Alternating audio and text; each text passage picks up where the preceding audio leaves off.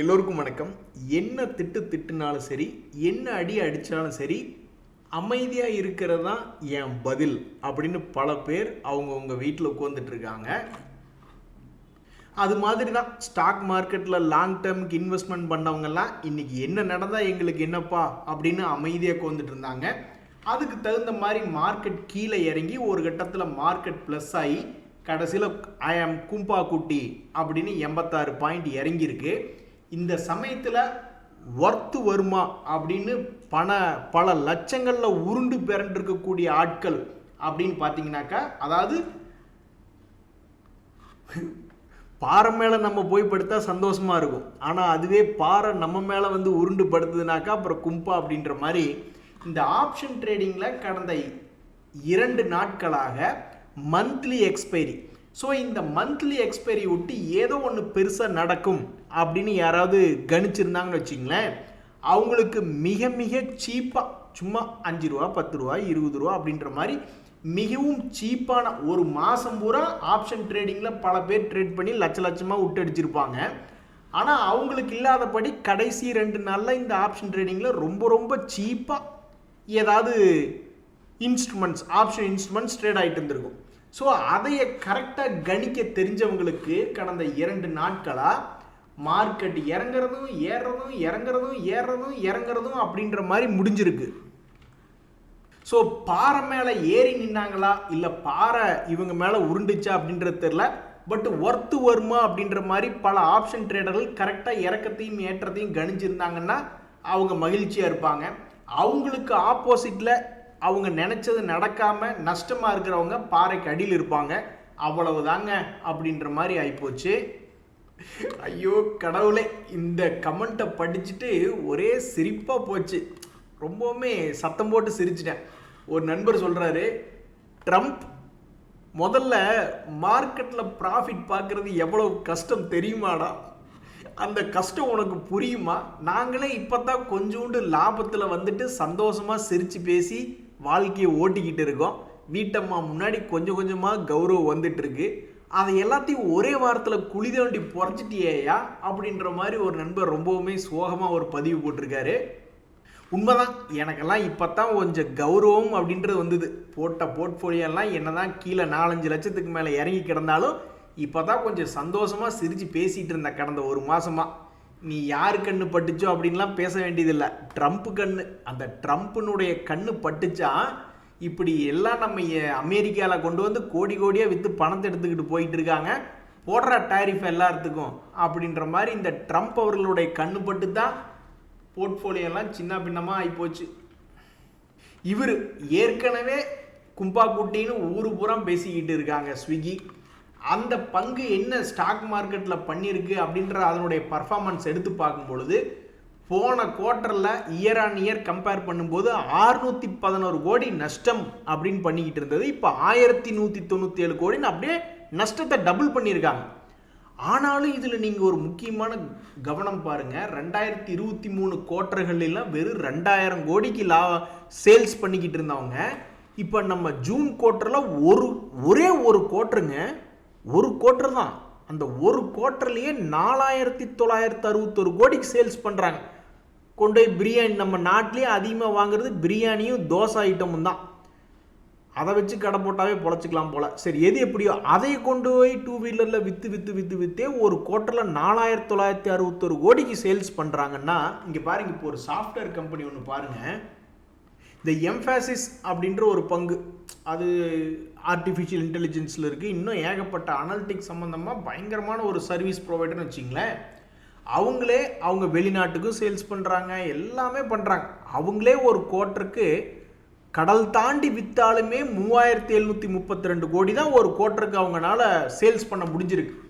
இது 2 வீலரில் எடுத்து சுற்றியே விற்றே கிட்டத்தட்ட 4961 கோடிக்கு அது பிஸ்னஸ் பண்ணியிருக்காங்க. பட் அவங்ககிட்ட ஒன்றும் எஃபிஷியன்ட் இல்லை. நீ அது ஏதோ ஒரு படத்தில் வடிவேல் அவர்கள் சொல்கிற மாதிரி, நீ பிடுங்குற ஆணி எல்லாமே தேவையில்லாத ஆணி தான் அப்படின்ற மாதிரி அவங்க இவ்வளவு சேல்ஸ் அப்படின்றது பண்ணாலுமே அவங்களுடைய எக்ஸ்பென்ஸ் வந்து அவங்களுடைய லாபத்தை சாப்பிட்ருது. கடைசியில் பார்த்தா 1190 அவங்க பண்ணியிருக்கிறதெல்லாம் சேல்ஸில் இன்க்ரீஸ் பண்ணியிருக்காங்க. பட் ப்ராஃபிட்டில் வந்து கும்பா குட்டியாக இருக்காங்க. அதாவது ஆகாத முட்டையில் வாங்க ஆம்லெட் போட்டு தரேன் எல்லாம் ஓடி வாங்க அப்படின்ற மாதிரி சொன்னாலும் அதில் என்ன பிரயோஜனம் இருக்குது? ஸோ என்னதான் சேல்ஸ் இன்க்ரீஸ் பண்ணாலும் அவங்க எப்படியாவது ஒரு எஃபிஷியன்சியை கொண்டு வந்து ப்ராஃபிட்டுக்கு திரும்பினா தான் அந்த ஸ்டாக் ப்ரைஸுக்கு ஒரு கௌரவம். இந்த பேடிஎம் அப்படின்ற ஒரு பங்கு இப்படி தான் லாஸ் காமிச்சிட்டே இருந்தாங்க. திடீர்னு ப்ராஃபிட்டுக்கு வந்துடுவோம் அப்படின்னு சில மாதங்களுக்கு முன்னாடி சொல்லியிருந்தார் அவருடைய சிஇஓ, அந்த கம்பெனியினுடைய சிஇஓ. அது தொடர்ந்து அந்த கம்பெனி கீழிருந்து நல்லா மேல் நோக்கி ஏறி வந்துடுச்சு. அதுக்கிடையில் அவங்க இன்னொரு வேலை என்ன பண்ணாங்கன்னா, ஒரு பிஸ்னஸ் எல்லாம் விற்று விட்டுட்டாங்க. அந்த பேடிஎம் கடையில் இருந்த சில பிஸ்னஸ் எல்லாம் விற்று காசாக்கிக்கிட்டாங்க. ஸோ ஸ்விக்கி அந்த மாதிரி தன்னிடம் இல்லை ஏதாவது சொத்துக்களை ஏதாவது அடிக்கடி விற்று காசாக்கிக்குமா அப்படின்றது ஒன்று பார்க்கணும். இந்த சமயத்தில் வந்து எட்டர்னல் த ஜொமேட்டோ அப்படின்றதோட நம்ம போய் கம்பேர் பண்ணுறோம்னு வச்சுங்களேன், அவங்க 1414 கோடியிலிருந்து 7167 கோடியாக சேல்ஸ் இன்க்ரீஸ் பண்ணியிருக்காங்க. அந்த வகையில் பார்க்கும்பொழுது ஸ்விக்கி என்பது பின்தங்கித்தான் இருக்குது. அவங்க வந்து கிட்டத்தட்ட 2 மடங்கு தான் அவங்களுடைய சேல்ஸ் இன்க்ரீஸ் பண்ணியிருக்காங்க. ஆனால் ஜொமேட்டோ த எட்டர்னல் என்பது ஆல்மோஸ்ட் 5 மடங்கு என்பது அவங்களுடைய சேல்ஸ் இன்க்ரீஸ் பண்ணியிருக்காங்க. இந்த ட்ரம்ப் அவர்கள் அடிக்கடி ஒரு ஸ்டேட்மெண்ட்டை போட்டுட்டு thanks for your attention to this matter அப்படின்லாம் எனத்தையாவது ஒன்று கீழே போட்டுறாரு. அது மாதிரி ஸ்விக்கி அப்படின்ற பங்கு இனிமேல் நம்ம எல்லாமே அப்படி தான் பேசணும் போல். போன வருஷம் இப்படி இருந்தது, இந்த வருஷம் இப்படி இருக்குது, thanks for your attention to this matter அப்படின்னு சொல்லி முடிச்சுக்கணும் போல். இப்போ அது மெமி டெம்ப்ளேட் ஆக போகுது. நண்பர்களே, இந்த கஷ்ட காலத்திலையும் என்ன நடந்திருக்கு தெரியுங்களா? இந்த கெய்ன்ஸ் டெக்னாலஜி அப்படின்ற பங்கு ரிசல்ட்டினுடைய சீசனில், அதாவது ஒவ்வொரு சீசன், மாங்காய் சீசன், தேங்காய் சீசன் அப்படின்ற மாதிரி இந்த ரிசல்ட் சீசனில் ரிசல்ட்டினுடைய காரணமாக ஒரு 10% என்பது கெய்ன்ஸ் ஏறி மகிழ்ச்சி பண்ணியிருக்கு. சரி, நீ என்னப்பா ரிசல்ட்டு கொடுத்துருக்க அப்படின்ற மாதிரி நம்ம எடுத்து பார்த்தோம்னா, அதனுடைய சேல்ஸ் என்பதும் குறைஞ்சிருக்கு, அதனுடைய லாபம் என்பதும் குறைஞ்சிருக்கு. பட் இருந்தாலும் ஸ்டாக் மார்க்கெட்டுக்கு அது பிடிச்சிருக்கு. நீ இந்த அளவுக்கு செஞ்சதே ரொம்ப நல்ல வேலை தான் தம்பி அப்படின்னு ஸ்டாக் மார்க்கெட் இந்த ரிசல்ட்டை செலிப்ரேட் பண்ணியிருக்கு. இன்னைக்கு தேதி பொறுத்த வரைக்கும், நீ எதிர்காலம் எப்படின்னு தெரியல, பட் இன்னைக்கு தேதியில் ஸ்டாக் மார்க்கெட் இந்த ரிசல்ட்டை செலிப்ரேட் பண்ணியிருக்கு. அதனால தான் இன்னைக்கு ரிசல்ட் கொடுத்த பங்குகளில் இந்த கெய்ன்ஸ் அப்படின்ற பங்கு ஒரு 10% ஏறி இருக்கு. இதில் மிக மிக முக்கியமான தகவல், ஹூண்டாய் மோட்டார் 3% ஏறி இருக்கு. அதை ஒரு கவனிக்கணும். அது அடுத்தடுத்த ஸ்லைடுகளில் பார்க்கலாம். இந்த டாடா ஸ்டீல் ரொம்ப நாளாக இந்த பிஎன்பியில் கூட அப்பப்போ தகவல் வந்தது, அவங்க எவ்வளவு அமௌண்ட் இன்க்ரீஸ் பண்ண போகிறாங்க, அப்புறம் அவங்களுடைய குவார்ட்டர்னுடைய பிஸ்னஸ் அப்டேட்டுன்னு அப்பப்போ தகவல் வந்தது. ஆனால் அதுவும் 3% இறங்கி கிடக்கு. ரொம்ப காலமாக பெருசாக தகவல் வராமல் டாடா ஸ்டீல் இந்த ரிசல்ட் சீசனில் இந்த பேட்சில் ஒன்றும் பெருசாக ரிசல்ட்டை வச்சுக்கிட்டு காரணமாக வச்சுக்கிட்டு ஏதாவது பெருசாக வேலை பார்த்துருக்கு அப்படின்னா வேலை பார்க்கல. இன்றைக்கி 2% இறங்கி தான் இருக்குது. சிஎஸ்சி அப்படின்ற ஒரு டிவிடெண்ட் கொடுக்கக்கூடிய கம்பெனி, அது 4% கீழே இறங்கிடுச்சு. நிறைய பேர் வாங்க நல்ல யாராவது ஒருத்தர் வாங்க, ஐஓசி, சிஎஸ்சி, பிபிசிஎல், இப்படி யாராவது ஒருத்தர் வந்து 52 வீக் லோக்கு கீழே போங்க, எங்களுக்கு மகிழ்ச்சி தான் அப்படின்னு டிவிடெண்ட் பங்குகள் எடுக்கிறதுக்காக நிறைய பேர் காத்துக்கிட்டு இருக்காங்க. இந்த ரிசல்ட் சீசனில் ஏதாவது ஒரு 4-5 பேர் கீழே விழுந்தா கூட போதுமே அப்படின்னு பார்த்துட்டு இருக்காங்க. ஸோ இன்னைக்கு வந்திருக்கக்கூடிய ரிசல்ட்டில் வந்து பெரிய வால்டிலிட்டி, பயங்கர இந்த மாதிரி 10-20% ரொம்ப வயலண்ட்டாக இருப்பாங்க அப்படின்ற மாதிரி மனசுக்கு நிறைய பேர்த்துக்கு தோணாது. ஏன்னா Hindustan lever, sun pharma, Maruti அப்படின்ற மாதிரி இருந்தாலும், கோல் இண்டியான்னு இருந்தாலும், இதெல்லாம் ரொம்ப ஸ்ட்ராங்கான கம்பெனிஸ், ரொம்ப பாப்புலரான கம்பெனிஸ். ஸோ இவங்களுடைய ஆக்ஷன் வந்து பங்குல பெரிய வயலன்ஸ் கொண்டு வருதோ இல்லையோ, வால்டிலிட்டி கொண்டு வருதோ இல்லையோ, மார்க்கெட்டுக்கு ரொம்ப முக்கியமான அம்சங்கள். ஸோ நாளைக்கு எப்படி மார்க்கெட் எடுத்துக்குதுன்றது பார்க்கணும். நான் நிம்மதியாக தாங்க இருந்தேன், யார் வம்பு தும்புக்கும் போகாமல் சந்தோஷமாக வாரம் நெருங்கிக்கிட்டு இருக்குது அப்படின்ட்டு இருந்தேன். ஃப்ரைடே அப்படின்றது என் ஞாபகத்திலேயே இல்லை, ரொம்ப மகிழ்ச்சியாக தான் இருந்தேன். ஒரு நண்பர் டபக்குன்னு வந்து ஒரு கமெண்ட்டை போட்டுட்டு ஓடி போயிட்டார், Friday is equal to Friday அப்படின்னு மறந்துருந்ததை, அந்த துக்கத்தை ஞாபகப்படுத்திட்டு ஓடிட்டார். சமீப காலமாக நீங்கள் ஒவ்வொரு வெள்ளிக்கிழமையும் எடுத்து பார்த்துட்டு இருந்தோம்னாக்கா அது நம்மளுக்கு ஃப்ரைடேவாக இருந்ததில்லை, ஃப்ரைடேவாக தான் இருந்திருக்கு. அது நான் என் மைண்ட்லேயே இல்லை, ஃப்ரைடே வந்ததே எனக்கு தெரியாமல் வந்தது. வந்து ஓடி வந்து ஒரு கமெண்ட்டை போட்டுட்டு மனுஷன் ஜாலியாக ஓடி போயிட்டாப்புல. இப்போ எனக்கு வந்து இவ்வளோ நேரம் நான் சந்தோஷமாக தான் இருந்தேன், இந்த ஃப்ரைடே அப்படின்ற ஞாபகம் வந்தோடனே மறுபடியும் துக்கமாகிட்டேன். நாளைக்கு என் போர்ட்ஃபோலியோலாம் என்ன பண்ண போகிறாங்க, என்ன வச்சு செய்ய போகிறாங்கன்னு தெரில. நண்பர்கள், இந்த சமயத்தில் நம்ம ஊரில் ஒரு பழமொழி சொல்லுவாங்க, இரும்பு அடிக்கிற இடத்துல ஈக்கு என்ன வேலை. நண்பர்களே, ஜெய்கார்ப் அப்படின்னு ஒரு பங்கு நீங்கள் இந்த மாதிரி இறங்கி சமீபத்தில் பாட்டுற பங்குகள் ரொம்ப கம்மி. அதாவது இறங்கி 80% பக்கம் இறங்கி அவனுடைய கோவிட் லெவல் 2020களில் 21களில் கோவிட் லெவலில் என்ன ரேட் இருந்ததோ அங்கேயே போய் விழுந்துட்டான் 80% இறங்கி. ஸோ இந்த பங்கு இப்படி இவ்வளவு பெரிய வீழ்ச்சி அடையிறதுக்கு அவங்களுடைய கேபிட்டல் ரீஸ்ட்ரக்சரிங் ஒரு காரணம் அப்படின்னு மார்க்கெட்டில் பேசப்பட்டாலும், இதே மாதிரி 80% பக்கம் கீழே விழுந்த பங்குகள் ஏதாவது இருக்கா அப்படின்னா இந்த ஜீல்னு ஒரு பங்கு, ஜீ டெலிவிஷன் அப்படின்ற பங்கு, அது அவங்களது ஒரு பிஸ்னஸ் மெர்ஜர் என்பது எதிர்பார்த்த மாதிரி நடக்கல. அதனால் என்னாச்சு அப்படின்னு பார்த்தீங்கன்னா, கோவிட் லோ என்னவோ அந்த லோக்கு வந்து 360 ரூபாயிலிருந்து கீழே விழுந்துடுச்சு.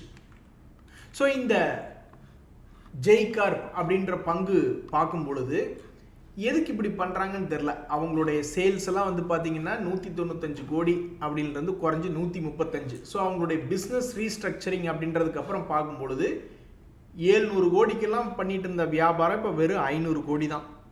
அதே மாதிரி அவங்களுடைய பேலன்ஸ் ஷீட்லாம் பார்க்கும்பொழுது அவங்களுடைய கடனை குறைச்சிட்டு இன்வெஸ்ட்மெண்ட்டில் 810 கோடின்னு காட்டுறாங்க. என்ன இன்வெஸ்ட்மெண்ட் பண்ணுறாங்க அப்படின்றதெல்லாம் எங்கே போய் பார்க்குறது அப்படின்றது எனக்கு தெரியல. ஸோ ஒரு பங்கு 80% கீழே விழுகிறதுக்கு ஏதாவது காரணங்கள் இருக்கா அப்படின்ற மாதிரி போய் தேடி பார்க்கணுன்னா இப்படி தான் போய் பார்க்கணும். ஸோ அவங்க என்ன பிஸ்னஸில் இருக்காங்க அப்படின்னு போய் பார்த்தோம்னா மேனுஃபேக்சரிங் பிஸ்னஸ் ஆஃப் ஸ்டீல் அப்படி இப்படின்னு இருந்தது. அப்புறம் பார்த்தா ஆல்சோ இன்வால்வ்ட் இன் இன்வெஸ்ட்மெண்ட் அட்வைசரி அப்படின்ற மாதிரியும் போகுது.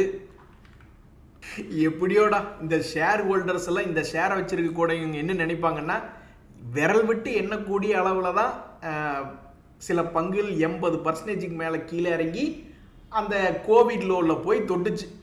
அந்த ஒரு பெருமை எங்களுக்கு கொடுத்துட்டீங்கடா அப்படின்ற மாதிரி இந்த ஷேர் வச்சிருக்கிறவங்க நினச்சிட்டு இருப்பாங்க. பாவம், இது ஒரு சாதனைனாலும் துன்பகரமான சாதனை. இப்படி ஒரு 80% வாட்டர் ஃபால்ஸ் மாதிரி இறங்கினது. அதுலேயும் பாருங்க, இந்த உச்சியில் வாங்கினவங்களே யாராவது ஒருத்தர் இருக்க தான் செய்வாங்கன்னு நினைக்கிறேன். நண்பர்களே, இந்த பிரச்சனையெல்லாம் கூட விடுங்க. இன்னொரு நண்பர் பாருங்க, ஏதோ ஒரு தெரியாத கம்பெனிங்க தான் 80% இறங்கி நிறைய பேர் லாக் ஆகுறாங்கன்னா, ஒரு நண்பர் சொல்கிறார், இந்த டாடா மோட்டார்ஸ் அப்படின்றது இருக்கிறதுலே லீட்ரு, அந்த பங்கை நான் ஏவரேஜ் பண்ணி அழுதுகிட்டு இருக்குனே, இதை நான் எங்கே போய் சொல்ல அப்படின்ற மாதிரி சொல்கிறாரு. இதில் ஒரு முக்கியமான தகவல் என்ன அப்படின்னு பார்த்தீங்கன்னா, இந்த ஹூண்டாய் மோட்டார் அப்படின்றதும் டாடா மோட்டரும் அப்படின்றதும் எம்என்டமும் ரொம்ப க்ளோஸ் காம்படிஷனில் போய்கிட்டு இருக்கக்கூடிய கம்பெனிகள். இதில் எம்என்டம் வந்து கீழே இருந்து ரெக்கவரி ஆகலாமா அப்படின்லாம் அவன் பார்த்துட்டு இல்லை, அவன் இருக்கிற உச்சத்தையும் உடச்சி மேலே போகலாமான்னு பார்த்துக்கிட்டு இருக்கான். அந்த யோகம் வந்து இன்னும் இந்த டாடா மோட்டர் ஷேர் ஹோல்டர்ஸ்க்கு கிடைக்கல. இங்கே பார்த்தீங்களா, அவன் பல முறை துடிக்கிறான், என்னை மேலே போக விடு மேலே போக விடுன்னு பல முறை துடிக்கிறான். இருந்தாலும் மார்க்கெட் இவனை மேலே விடலை. ஆனால் அதே சமயம் இந்த பங்கை வச்சிருக்கிறவங்களுக்கு இவன் மகிழ்ச்சி எப்படி கொண்டு வந்திருக்கான்னா, லோ பாயிண்ட்லேருந்து ரெக்கவரி ஆகி பழைய ஹையை கொண்டு வந்து சந்தோஷத்தை கொடுத்துருக்கான்.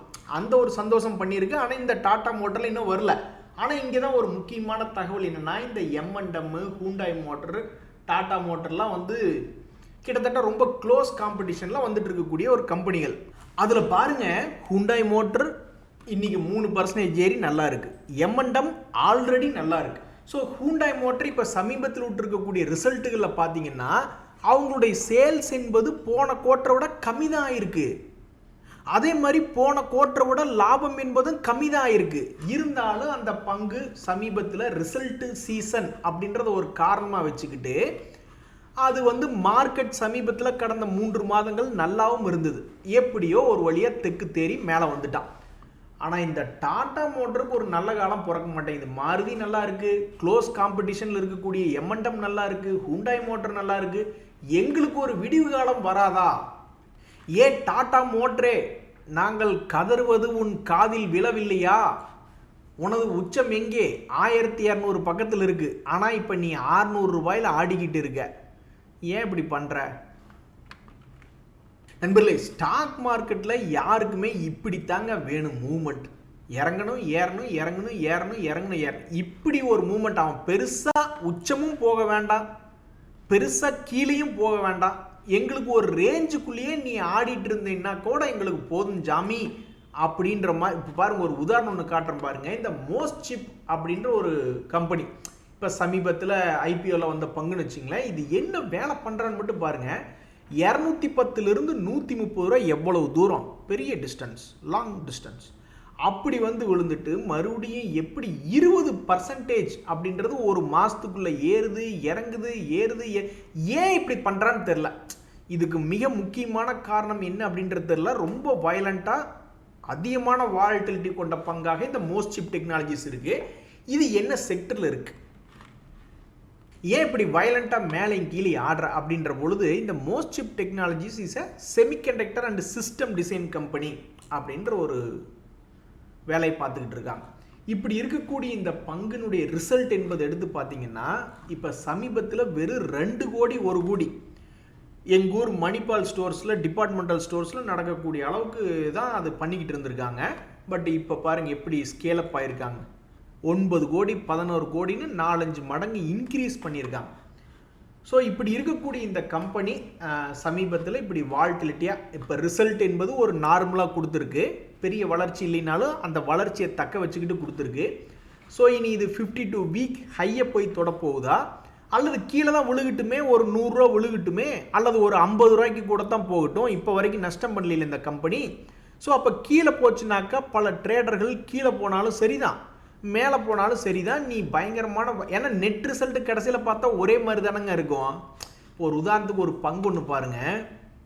இந்த ஹீரோ மோட்டோ கார்ப் அப்படின்ற பங்கு, இந்த பங்கு இந்த வருஷ ஸ்டார்டிங்லேருந்து பாருங்கள், இறங்கியிருக்கு ஏறி இருக்கு, இறங்கியிருக்கு ஏறி இருக்கு, இறங்கியிருக்கு ஏறி இருக்கு, இறங்கியிருக்கு ஏறி இருக்கு. ஆனால் நெட்டுக்கு என்ன நடந்திருக்கு, ஒரு வருஷத்துக்கு முன்னாடி என்ன ரேட் இருந்ததோ, அதாவது இந்த வருஷம் ஸ்டார்டிங்கில் 2025 ஜனவரியில் என்ன ரேட் இருந்ததோ அதே ரேட்டில் தான் இப்போ ஆடிக்கிட்டு இருக்கு. அப்போ ட்ரேடர்கள் வந்து எப்படி கேட்குறாங்கன்னா, இப்படி இருந்ததுன்னா கூட தெரியாமல் இங்கே போய் நாங்கள் எடுத்துட்டா கூட அது கீழே இறங்கிட்டு மறுபடியும் காப்பாற்றி விட வரும். சரி, தெரிஞ்சு இது ஒரு லோ அப்படின்னு நினச்சி நாங்கள் எடுத்து லாபம் கொடுத்தாலும் சந்தோஷம்தான் அப்படின்ற மாதிரி தானே எதிர்பார்க்குறாங்க. நன்றி, வணக்கம்.